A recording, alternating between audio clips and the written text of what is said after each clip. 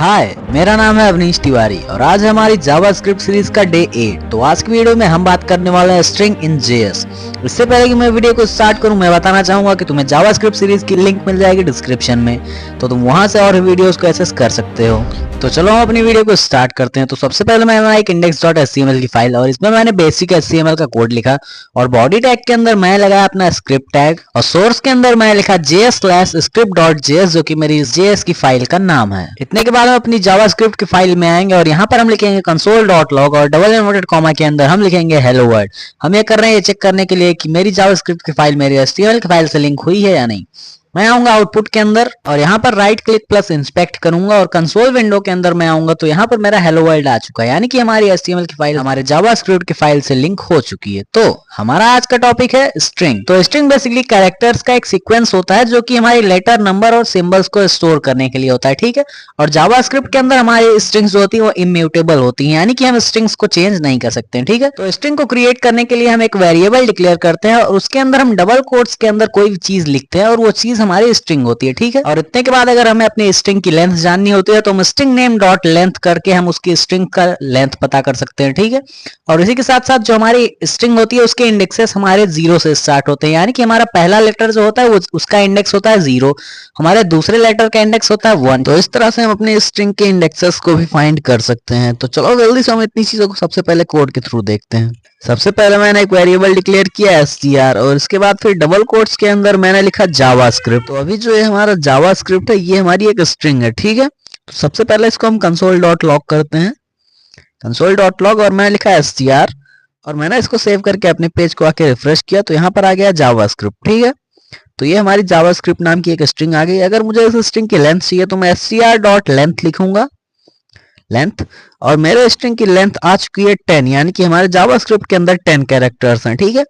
अगर हम इंडेक्सेस को फाइंड करना चाहते हैं कि हमारे पहले इंडेक्स पर क्या है, 0th इंडेक्स पर क्या है, सेकंड इंडेक्स पर क्या है, तो इसके लिए हम लिखेंगे str यानी कि स्ट्रिंग नेम और हम स्क्वायर ब्रैकेट लगा के उसके अंदर अपने इंडेक्स को लिखेंगे। मैंने लिखा 0 तो यहाँ पर आ रहा है j, यानी कि 0 पर हमारा j है।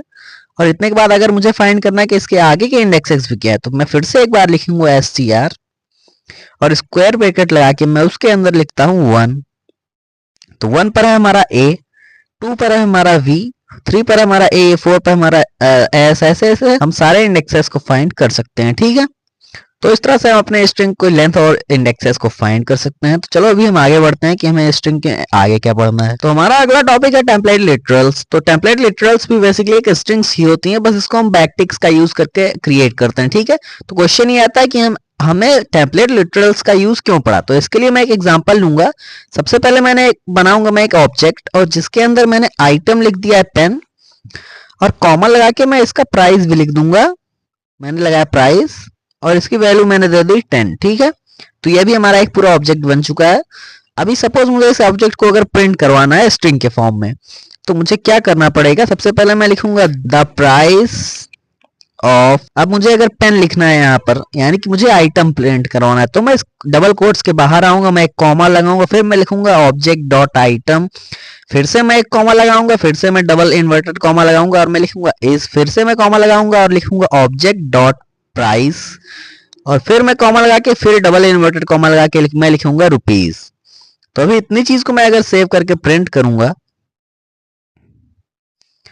तो यहाँ पर आ गया the price of pen is 10 rupees, ठीक है। लेकिन तुम देख सकते हो उसमें कितनी ज्यादा कंफ्यूजन है, हमें जगह जगह पर डबल इन्वर्टेड कॉमा लगाने हैं, मुझे कॉमा लगाना है। तो इससे बचने के लिए हम यूज करते हैं अपने टेम्पलेट लिटरल्स का। यहाँ पर हम बैकटिक्स का यूज करेंगे और सीधे लिखेंगे द प्राइस ऑफ, उसके बाद हम लगाएंगे डॉलर सिंबल करली ब्रेसेस और इसके अंदर मैं लिख दूंगा ऑब्जेक्ट डॉट आइटम और मैं इसके बाहर आऊंगा बिना कोई कॉमा लगाए मैं सीधे लिखूंगा इज और मैं फिर से लगाऊंगा एक डॉलर सिंबल करली ब्रेसेस और इसके अंदर मैं लिखूंगा ऑब्जेक्ट डॉट प्राइस और मैं इसके बाहर आके लिख दूंगा रुपीज।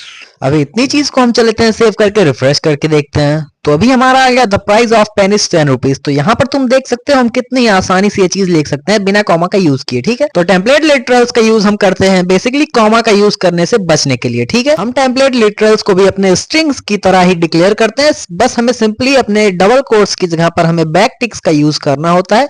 बैकटिक्स जो कि हमारे कीबोर्ड के लेफ्ट टॉप पे आसानी से मिल जाएगा, ठीक है। तो मैंने एक टेम्पलेट लिटरल बनाया और जिसके अंदर हमने कंटेंट लिख दिया this is is a template literal. और अब मैं इसको कंसोल डॉट लॉग करूंगा और इसके अंदर मैं लिखूंगा स्पेशल स्ट्रिंग जो कि हमारे वेरिएबल का नाम है। मैं यहाँ पे आके रिफ्रेश करूंगा तो आ गया हमारा this is a template literal. ठीक है, so this was all about today's video. See you very soon in the next video जिसमें हम बात कर रहे होंगे स्ट्रिंग मेथड्स की। तब तक के लिए बाय बाय।